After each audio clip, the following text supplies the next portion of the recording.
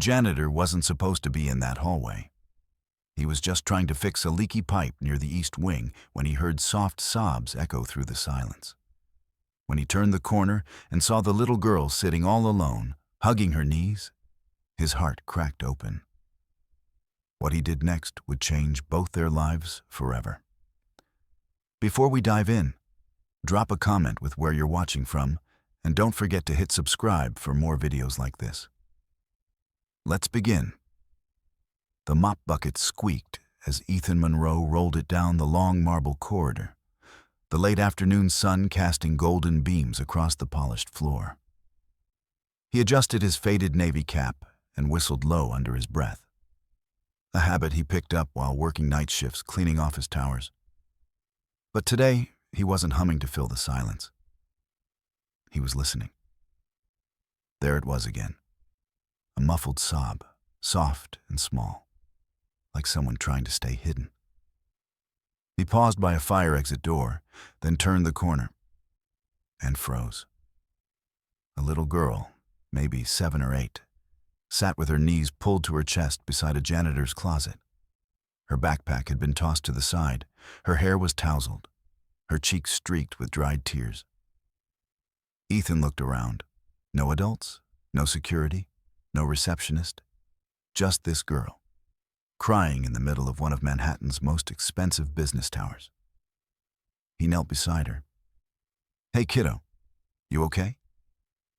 She looked up with wide, terrified eyes, but didn't speak. Instead, she tightened her arms around her legs. Ethan reached into the brown paper bag tucked under his arm and pulled out the turkey sandwich he'd packed that morning, the one he'd been saving for dinner. He tore it in half.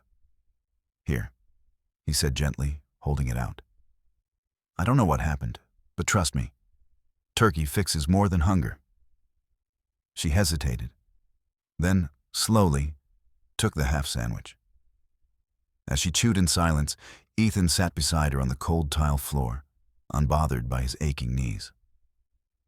"Name's Ethan," he said. "I'm just the janitor here, but you look like you need a friend." The girl finally whispered, "My name's Ivy." He smiled. "Nice to meet you, Ivy." But what Ethan didn't know was that Ivy's last name was Harrington, and her mother owned the building. Ivy didn't say much after that. She kept nibbling at the sandwich, glancing every so often toward the grand glass doors at the end of the corridor like she was waiting for someone. Or maybe afraid of someone. Ethan didn't pry.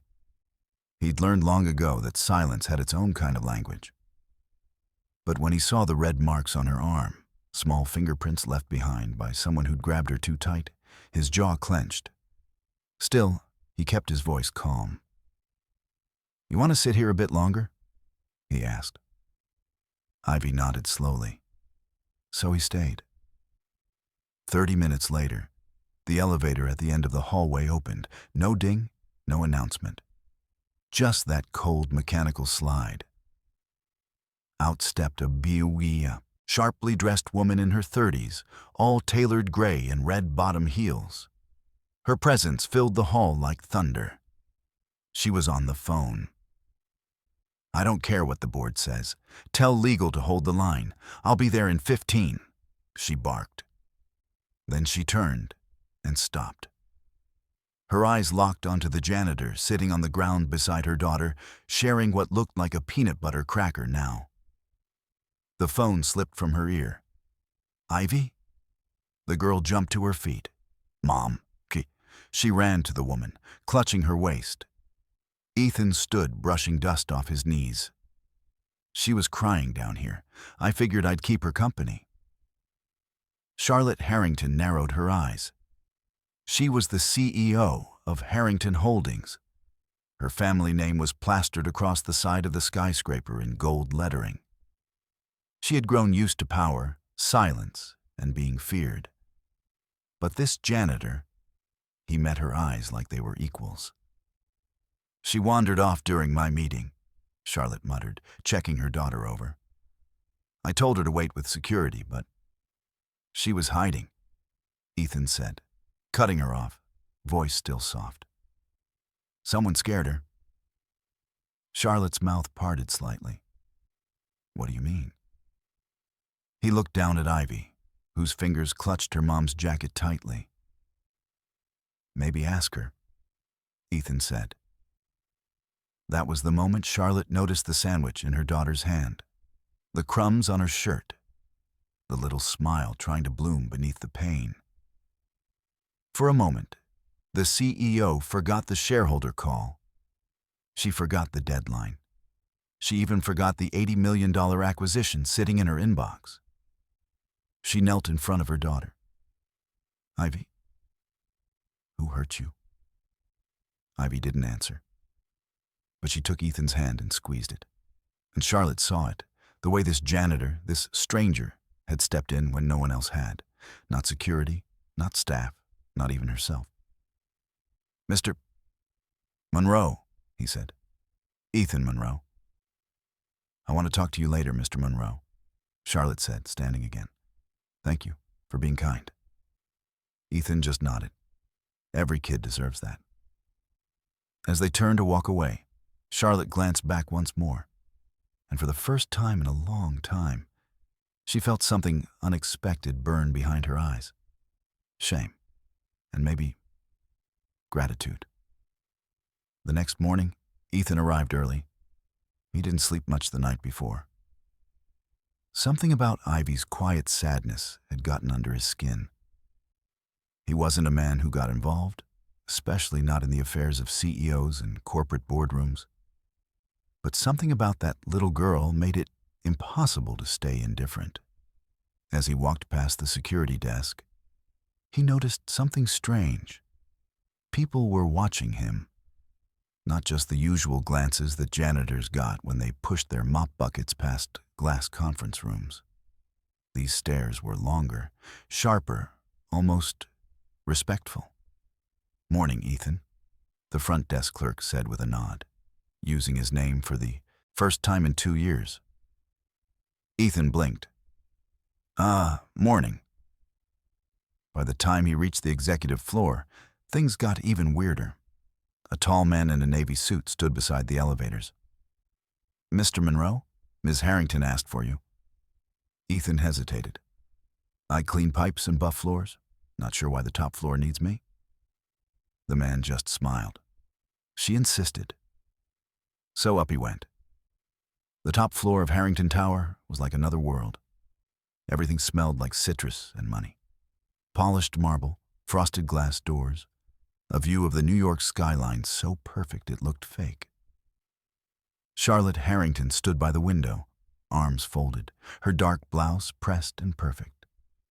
But her face was softer than yesterday.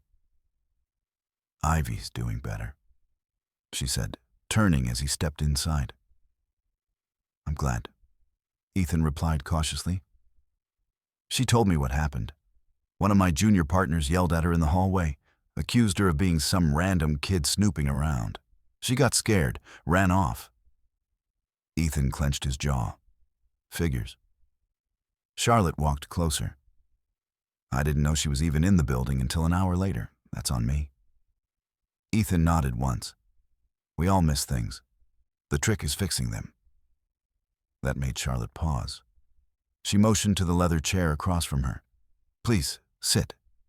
He hesitated, then sat, still stiff, still unsure. I Googled you last night, she said plainly. Ethan raised an eyebrow. Oh? Army veteran, 2 tours, engineering background.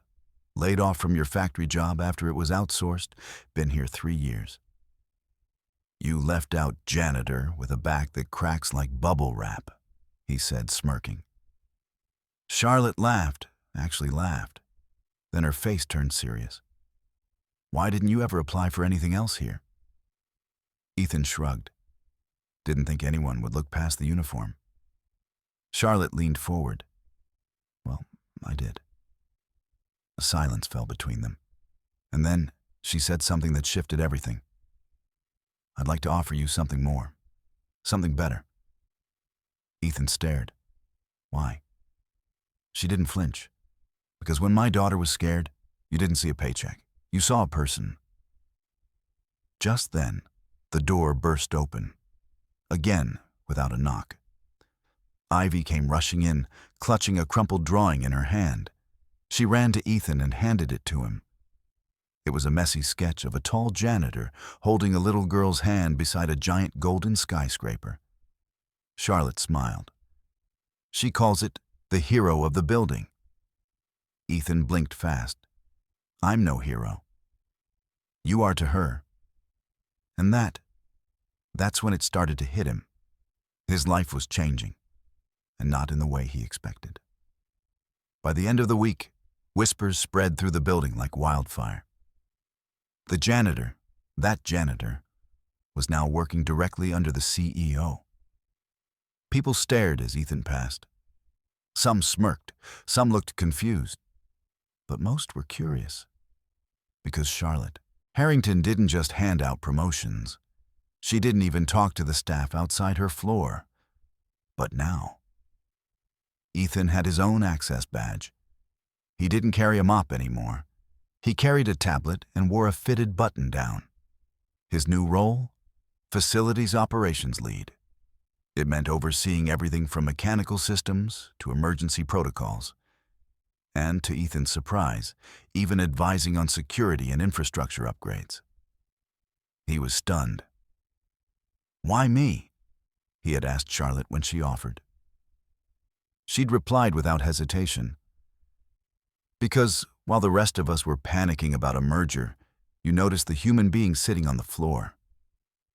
Still, the job wasn't the biggest change. It was Ivy. Every day after school, she stopped by Ethan's office, often with cookies or a drawing in hand. She'd plop down in the chair across from him, swing her legs, and chat about her day. You're the only grown-up who listens like it matters, she told him one afternoon. That hit Ethan harder than he expected, because truth was, he didn't have anyone in his own life who listened like that either. One evening, after hours, he was walking through the lower floors inspecting some faulty AC units when he heard shouting. Two men in suits, one of them, the same junior partner who yelled at Ivy, was berating a delivery guy, pushing boxes with his foot like they were trash. Hey, Ethan said calmly. The men turned. Oh, look who it is, the junior partner sneered. Mr. Promotion. You don't talk to staff like that, Ethan said, standing tall. Says the mop man turned princess protector. The guy laughed. That's when Charlotte's voice echoed behind them like a blade. Care to repeat that? The laughter stopped. She stepped out from behind a column, arms crossed. Ethan has more integrity in one hand than you've shown since you were hired. Charlotte, you're done, she said coldly. Pack your office. The man's face turned gray. She turned to Ethan. You have full authority to restructure this department. You've earned it. He blinked. You sure about that? Charlotte gave a thin smile. Absolutely. That night, Ethan walked home with a strange weight in his chest. Not stress, not worry, belonging. 6 months later, Ethan stood outside Ivy's school auditorium, adjusting the collar of his blazer. Charlotte had asked him to attend Ivy's student showcase, saying it would mean the world to her. He hadn't worn a suit in years. It still felt strange, but somehow right. Inside, the auditorium was packed with parents and kids. The lights dimmed, a soft piano tune played, and then Ivy walked onto the stage holding a piece of paper. Her voice trembled at first, but then she saw Ethan in the crowd, smiling, steady, and her fear vanished. She began to read. This is for the person who taught me that kindness is not weak, that real strength is quiet, that heroes don't always wear suits. Sometimes they push a mop. A few soft laughs. Charlotte smiled tearfully beside Ethan. He didn't know I was sad. He didn't know who I was. But he sat down beside me, gave me half his sandwich, and made me feel safe when no one else did. That's what changed everything. Ethan's eyes burned. I hope when I grow up, Ivy finished, I can be like him. The room fell silent, then erupted into applause.